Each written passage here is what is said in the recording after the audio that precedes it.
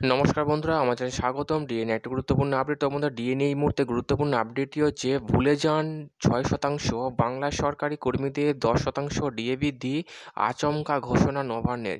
তো বন্ধুরা, ডিএ সংক্রান্ত গুরুত্বপূর্ণ আপডেটটি নিয়ে আমরা স্টেপ বাই স্টেপ আলোচনা করব।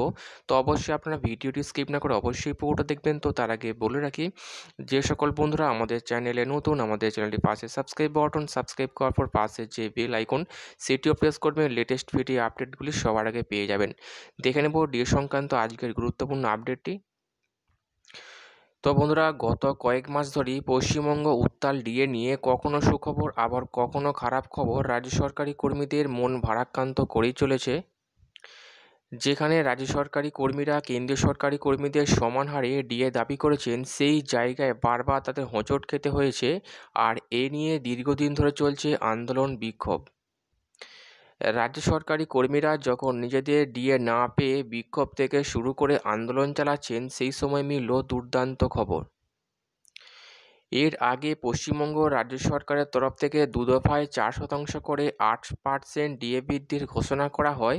কিন্তু যখন রাজ্য সরকার ডিএ বৃদ্ধি করে সর্বোচ্চ 14% এনেছে, সেই সময় আবার কেন্দ্রীয় সরকারি কর্মীদের ডিএ আরও 4% বৃদ্ধি পেয়ে পৌঁছে গিয়েছে 50%-এ। তো বন্ধুরা, নবান্নের ঘোষণার স্পষ্ট 4%, 8% ডিএ অতীত, এবার একেবারে 10% ডিএ বৃদ্ধি করা হয়েছে।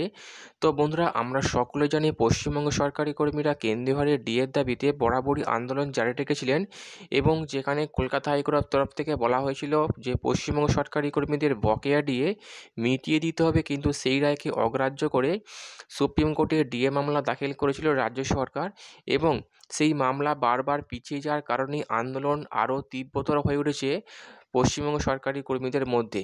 এই সমস্ত আন্দোলন দেখে পশ্চিমবঙ্গের সরকারি কর্মীদের মুখের দিকে তাকিয়ে মুখ্যমন্ত্রী, অর্থমন্ত্রী ডিএ নিয়ে আবারও মিটিং সেরেছেন, এবং তারপরই 4%, 8% এইসব নয়, একেবারে 10% ডিএ বৃদ্ধি করা হবে, এমনটাই আপডেট উঠে এসছে।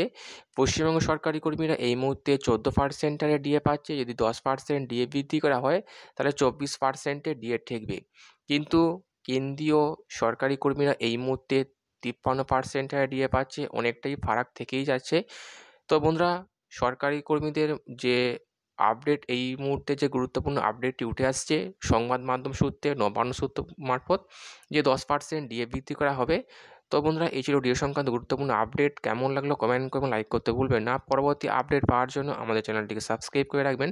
থ্যাংক ইউ বন্ধুরা, ভিডিওটি দেখার জন্য।